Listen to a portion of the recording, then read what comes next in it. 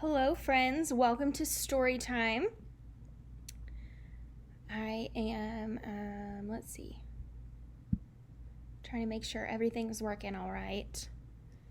You know, sometimes it wants to work and sometimes it doesn't. That is the beauty of technology, I'm telling you.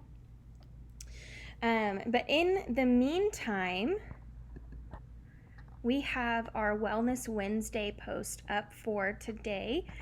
So head over to our Facebook page, LCN Family Ministries, to check that out. Oh, that's not what I want. Go away. For today, I'm challenging you guys to just take a breath.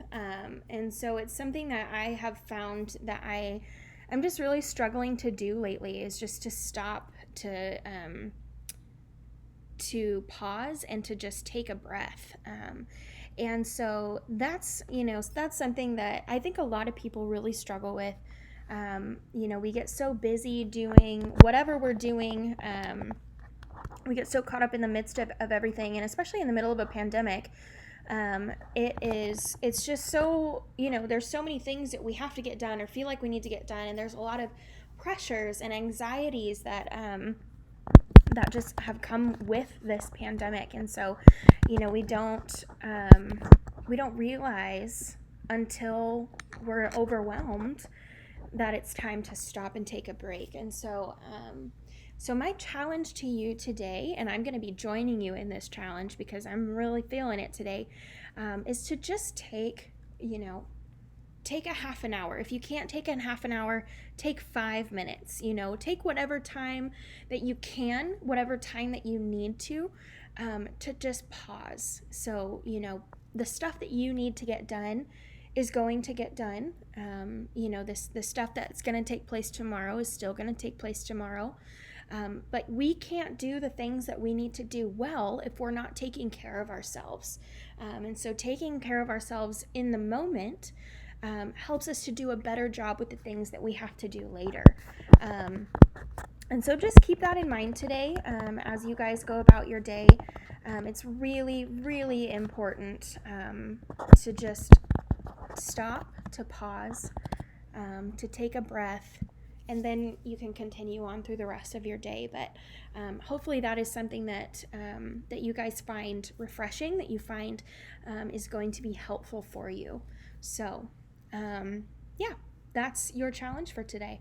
So, today is our last day of story time for the whole summer. Can you believe it? It's been, I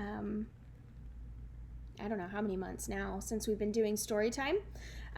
But today is our last day. So sad. But I am going to continue giving you guys some book recommendations that either I love or that I have found, because I don't know if you guys know this or not, but I took a job here in McGee as the junior high school librarian, or a library media aide, I guess is the term. And so, part of my job revolves around finding books and finding good books for students to read. And so we're going to do, so yes, we are hopefully going to find out what happened with Jack and the girls this last chapter. Oh, I'm in the wrong book. Whoopsies. I'm gonna get there. Nope. I started the third book last night, and so now I'm having to jump around on which book we're actually in. So there it is. All right, friends, let's go ahead and get started with chapter 11. Jack rushed forward and violently shoved Sabrina to the ground. Daphne lunged at him, but she received the same treatment. Sabrina had dropped Excalibur in the fall, and Jack quickly picked it up, admiring its blade for a moment and then readying himself to bring it down on Sabrina's head. "They're going to have a parade in my honor for this, the young man said with a sick smile. Suddenly, a loud wheezing honk filled the night. Jack spun around. In the giant's breast pocket, a wonderful thing appeared. 2 headlights blinked to life. An engine roared, backfired violently, and then, with a squeal of tires, the family car ripped through the pocket and sped along the giant's body. At the wheel was Mr. Canis, and, next to him, Granny Relda, safe and sound. The car soared over the giant's gelatinous belly, down his leg, and hit his huge kneecap, sending the car sailing into the air. It landed several yards away from Jack and the girls and skidded to a stop. The engine puttered out, the lights went dim, and the car doors opened. Granny Relda stepped out with a very concerned face. "Jack, what is the meaning of this?" she asked. The young man pulled the mason jar of beans out of his pocket and held it up. "It's about this, old woman. It's about capturing my rightful place in the spotlight," Jack said.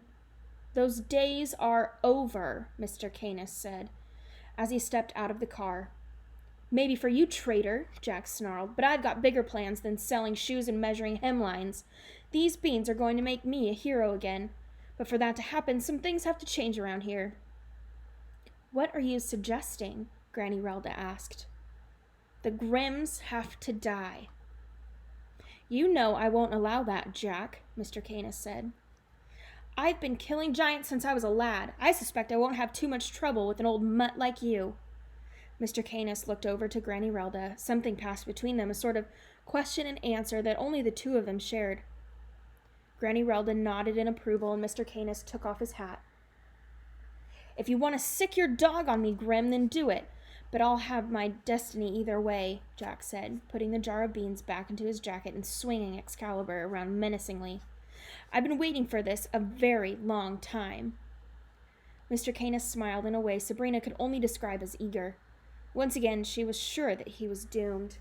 The old man had managed to take out 3 overweight goons, but could he handle a lightning-fast slayer of giants carrying a sword that killed anything it touched? Jack charged wildly, screaming into the air, but just before he could even swing the deadly sword, a change came over Mr. Canis. His shirt ripped off his chest as his body doubled in size. His feet snapped and stretched as they transformed into paws.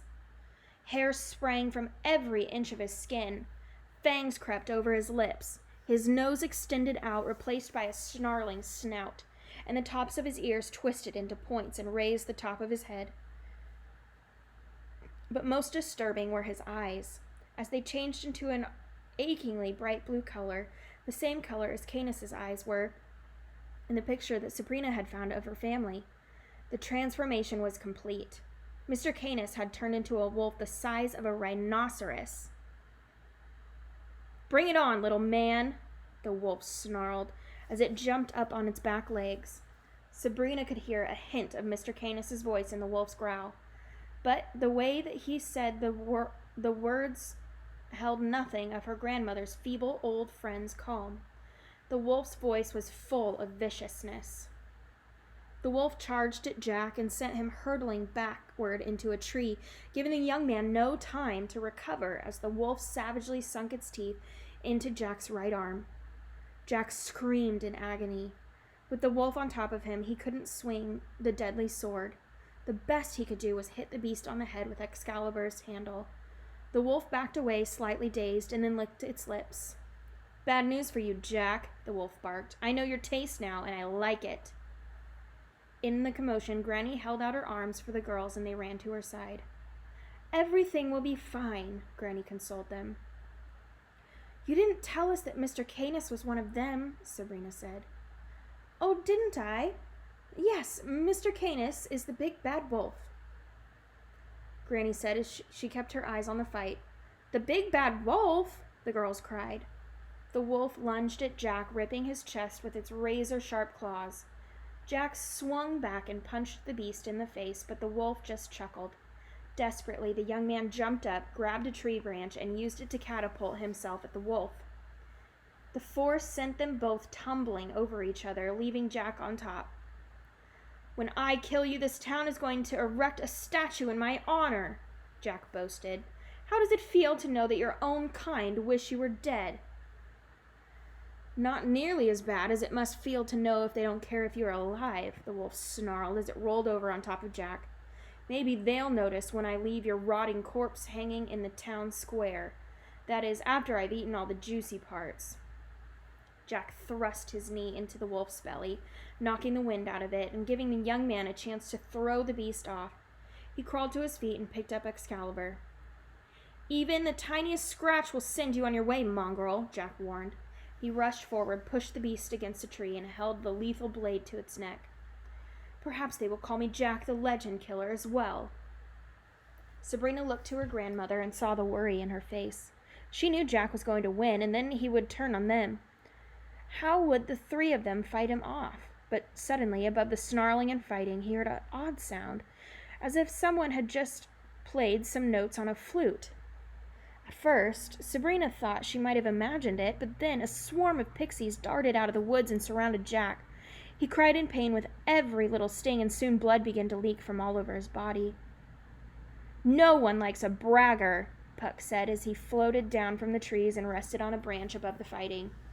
Puck, Daphne cried. You really are a hero. Hush, you'll ruin my reputation, Puck replied.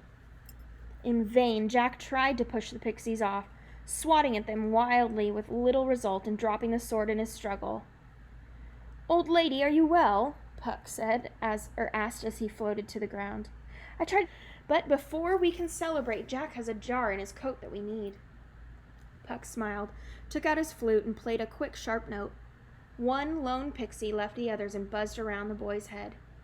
We need to get that jar away from him, Puck said. The little light blinked as if to say yes and zipped into the storm of pixies tormenting Jack. Suddenly, a small group of them flew into his jacket and collectively carried the jar of magic beans away. No! Jack cried in panic, swatting and swinging wildly at the pixies. Seeing his prize carried off, he desperately grasped for the jar, only managing to knock it to the ground, sending shards of glass and beans in all directions. Oh dear, Granny gasped. The wolf fell over as if it was having a fight with itself. I'm not going back inside, old man, the beast bellowed. It groaned and complained as it transformed back into Mr. Canis. The old man was exhausted and broken. He had a worried look on his face. We have to get the children out of here, Mr. Canis gasped. Suddenly, the Action 4 News van came careening through the woods and stopped. The doors slid open and Wilma Fay got out, followed by her cameraman. The reporter fixed her business suit, checked her hair in a small compact mirror, and then turned to face the girls. Girls, I'm Wilma Fay, Action 4 News. We heard there was a story out here tonight, the woman said, but her words were drowned out by a horrible rumbling. The little white beans were taking root. They dug deep into the forest soil, and instantly 100 little green sprouts popped out of the ground. The sprouts grew at an alarming rate, becoming vines and then stalks that jockeyed among the other for space. They soared higher and higher into the air until it seemed they would touch the moon itself. The cameraman tapped Wilma Fay on the shoulder, and the reporter turned around. What is it? She said impatiently. The cameraman pointed up, and Wilma's eyes followed. Above her were dozens of angry giants climbing down the beanstalks. The cameraman pointed his camera into the air, flipped a switch, and a bright light mounted on the camera lit up in their faces. Are you getting this? Wilma asked, panicking. I'm getting it, the cameraman shouted. What have you done? You wanted giants, Jack. You're going to get your wish, Granny Relda said, as the first giant planted a foot on the forest floor. Dozens and dozens of them followed. All in all, nearly 100, knocking over trees that had been growing for centuries. Each one of the giants was uglier than the last, and all of them had murder in their eyes. One of the most gnarled of the bunch stepped forward. It let out an ear-shattering roar and pounded on its chest. Fee, fi, fo, fum! I smell the blood of that murderous Englishman, the giant bellowed at Jack, sending his hair flapping behind him. I didn't kill your brother, it was the girl, the young man cried, pointing a shaky finger at Sabrina. Sabrina Grimm killed him. The giants looked down at Sabrina with suspicious eyes. One ducked his head down, shoving it into the girl's face. His nostrils blasted hot air onto their clothes. Lies, the giant bellowed, spraying Sabrina and Daphne with its hot, snotty breath. These are children! They could not kill one of us! As the giant swooped down and grabbed Jack in his huge, grimy hand. Granny Relda stepped forward. "What do you plan on doing with him?" she asked the giant, as if she were talking to an ordinary person. "Crush his bones to paste and eat him with some bread, Grim," the giant grunted. "Or maybe we will pull his little limbs off one by one and see if he screams." "You will do nothing of the sort," Granny Relda replied. "Take him to your queen. She'll decide what to do with him." "Help me, Relda!" Jack cried. "Don't let them take me!" Granny Relda lowered her eyes. "I cannot deny them their justice. I only hope that they are more merciful with you than you have been with them." Jack saw the futility of his words and calmed himself. Then he laughed, almost insanely. "Do you think I did this all on my own?" he ranted. "Where do you think that I got that first magic bean? They've got Henry and Veronica. The Scarlet Hand is coming, and your days are numbered." The giants ignored Jack's threats and turned back towards the beanstalks. A few leaned down and gingerly picked up their dead brother. They carried him on their shoulders as they climbed up the beanstalks and disappeared into the cold night air, just as 3 squad cars roared into the clearing with lights and sirens going. Flying high above the police were Glinda in her bubble and Hansel and Gretel's Frau Pfefferkuchenhaus on her broom.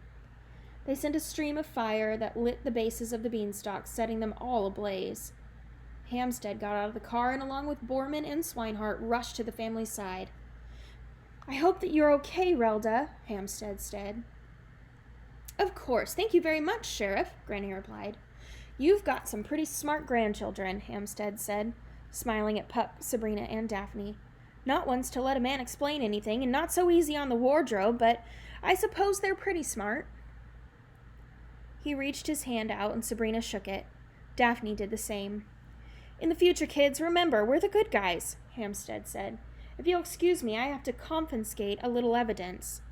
The sheriff looked at Mr. Canis and nodded his head. "Wolf," he said with an odd respect. "Pig," Canis replied, returning the gesture. Hamstead excused himself again and approached the cameraman and the reporter. He said something to them, and they immediately began to argue. The portly sheriff grabbed the camera and tried to remove the videotape inside. He managed to take it out and break it in half, but got several whacks on the head from Wilma Fay's microphone for his efforts. "What about the reporters?" Daphne asked. "Glinda will make sure they don't remember a thing," Charming said as he entered the clearing. He was rubbing his head and placing his phone in his back pocket. Mr. Canis stepped closer to the family as Charming stopped in front of the girl. "Your Majesty," Relda chirped happily, "are you suggesting that the Grimms might be useful in this town?" "Hardly," Charming growled. He turned to the girls and looked at them darkly. "Remember what I said about tomorrow, children." He spun around and made a beeline for the sheriff. Daphne and Sabrina hugged their grandmother around the waist and burst into a torrent of happy tears. Granny Relda leaned down and covered the girls in kisses. "Lieblings, are you okay?" she asked. This time Sabrina didn't feel like pulling away from the old woman. This time Granny's hug felt like home. "I'm okay," Sabrina said, fighting back more tears. "We're sorry we almost got you killed," Daphne said. "We're not very good detectives." "Nonsense," Granny Relda laughed as she led them to the car. "You rescued Mr. Canis and me and managed to prevent a serious catastrophe. I say the two of you are first-rate detectives. We should celebrate. Does anybody have any ideas?" Sabrina eased back into her seat. "I'd really just like to get out of these clothes," she said, looking down at the monkey hanging from the tree on her sweatshirt. "Hang in there," it read. Elvis woke the girls up the next morning with loving licks on their faces. Luckily, Jack had not hurt the dog too badly. His ribs were bruised, and he would have to wear a bandage on his side until the veterinarian could remove his stitches. But the only thing that seemed to truly hurt was Elvis's pride. Daphne apologized to him for not paying attention to his clue and promised that his opinion would always be considered in the future. Granny greeted them at the dining room table and more of her unusual culinary treats. That morning they enjoyed blue scrambled eggs with some little orange nuts, home-fried potatoes soaked in sparkly green gravy, and wedges of tomato. Mr. Canis was still in his room, and Puck was nowhere in sight. "Is Mr. Canis okay?" Daphne asked. "He will be," Granny Relda replied. "I'm sure he'll be happy to hear that you're concerned." "Where's Puck?" Granny Relda smiled. "He'll be here soon."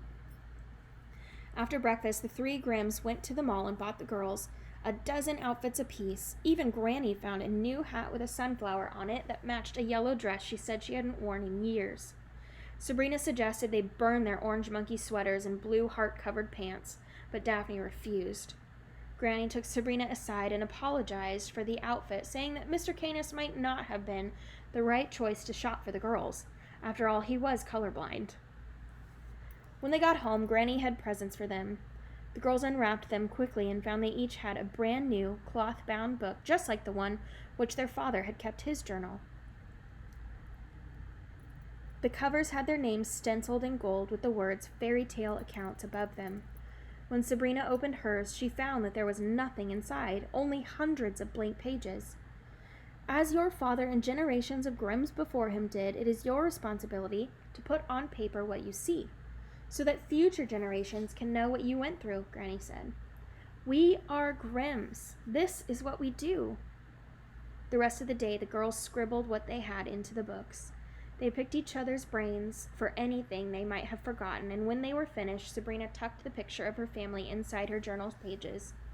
Together, the girls rushed downstairs and placed their books alongside their father's on the shelf reserved for their family. "Girls, I'd like to show you something else," Granny said. The girls followed her upstairs, where she unlocked Mira's room. The little man's face was in the glass again, and he smiled when the old women and the girls entered. "Good afternoon, Relda," Mira said. "Good afternoon. I do hope you're feeling better," Granny replied. "Much better. The bruises look worse than they felt," Mira said. "That's nice to know," the old woman said. She turned to the girls and took their hands. "Would you like to see your parents?" Sabrina's heart nearly jumped from her chest. "Is it possible?" she asked. Granny turned back to the mirror. "Mirror, mirror, near and far," she said aloud. "Show us where their parents are." The mirror misted over and two figures slowly appeared in their reflection. When the mist cleared, Sabrina saw her parents, Henry and Veronica, laying on a bed in a dark room. They were very still with their eyes closed. "They're dead," Sabrina said before she could stop herself. "No, not dead," Granny Relda corrected, "just sleeping." "We lost one of Dorothy's slippers," Daphne cried. "We could have used them to rescue Mom and Dad." Sabrina's face flushed with regret. "Liebling, don't you think I have tried the slippers and everything else inside that mirror?" Granny Relda sighed. "This Scarlet Hand, whoever they are, used strong magic to take your Mom and Dad away from us.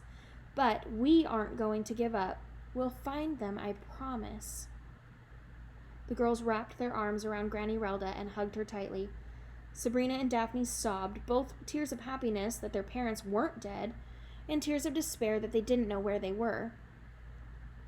"I hope you'll let me into your family until we can all reunite," Granny said, breaking into tears herself. Suddenly, there was a knock at the door downstairs. The old woman took a handkerchief from her pocket and wiped the girls' eyes. Then she wiped her own and stuffed the hanky back into its home. "Come, girls, we have guests," she said as she exited the room. The girls watched the image of their parents slowly fade from the mirror and then stood for a moment staring at their own reflections. "We're home now," Sabrina said to her sister. "Well, duh," Daphne giggled. The two left the room and closed the door behind them. Then they ran down the stairs to the foyer. Puck was already inside, carrying several boxes filled to the top with old toys, junk, and several dead plants. Behind him were Glinda, Hampstead, Borman, and Swinehart. "What are the police doing here?" Sabrina asked. Glinda, Borman, and Swinehart walked past them into the dining room and spread a huge roll of paper onto the table. When Sabrina got a closer look, she realized they were blueprints. "What's all this?" she asked. "We're putting an addition on your house," Hampstead said as his expression turned to a sly smile. This house isn't big enough. You need another bedroom right away. Relda asked us for our advice. Before we went into law enforcement, we used to be in construction. I'm getting my own room? Sabrina squealed happily. I haven't had my own room in a year and a half. Daphne looked insulted and stuck out her tongue. Oh, Sabrina, we're not building you your own room yet, Granny apologized. No, we need another room because... I'm moving in, Puck interrupted. He shoved his box of junk into Sabrina's hands and joined the witch and the deputies looking over the plans. He's lying, right? Sabrina said hopefully. You wouldn't let that stinky freak move in here with us. I think it's great, Daphne cried.